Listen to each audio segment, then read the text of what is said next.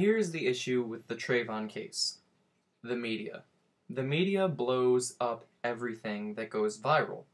And this has gone viral. And nobody knows what's going on anymore.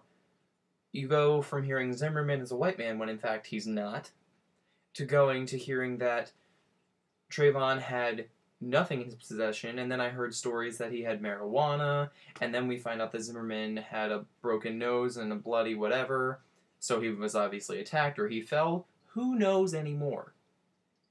If Zimmerman did attack Treyvon without Treyvon doing anything to him, the man needs to be put to death row.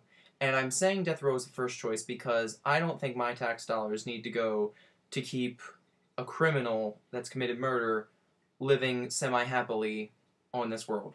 He lost his rights, he took a life, you don't get rights anymore. You're gone. America is not a place of freedom and all these great American dreams like you're led to believe when you grow up.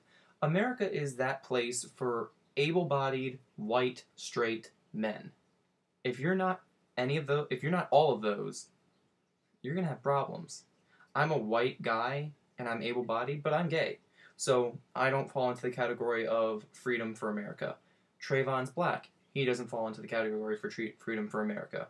And unfortunately for Treyvon, there are a lot of black people that happen to be criminals that are dressing the way as gangsters and all this stuff. But here's the thing, white people do it too.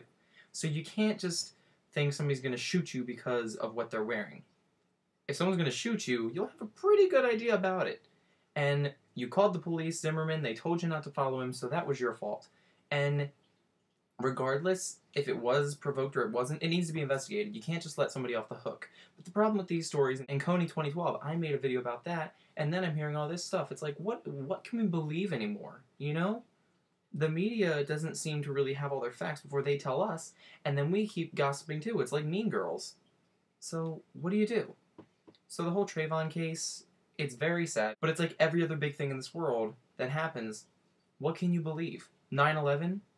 I mean, we know it happened, but what's the truth about it, you know? Because I personally believe government could have had something to do with it. I don't trust them.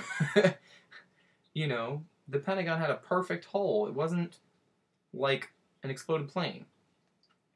Treyvon, you know, who knows? Casey Anthony gets away for murdering her child. Obviously, there's not a good legal system. And did she murder her child? We don't know for sure. So these are the problems that people don't really seem to understand. And I've come to realize that it's so hard to listen to media stories without lots of truth. And when all these different stories happen, they have all these different messages. It's very confusing. So I feel for Treyvon's family. I wish them lots of strength. And I hope that everything is figured out with this case because obviously justice needs to be served and the truth needs to be given.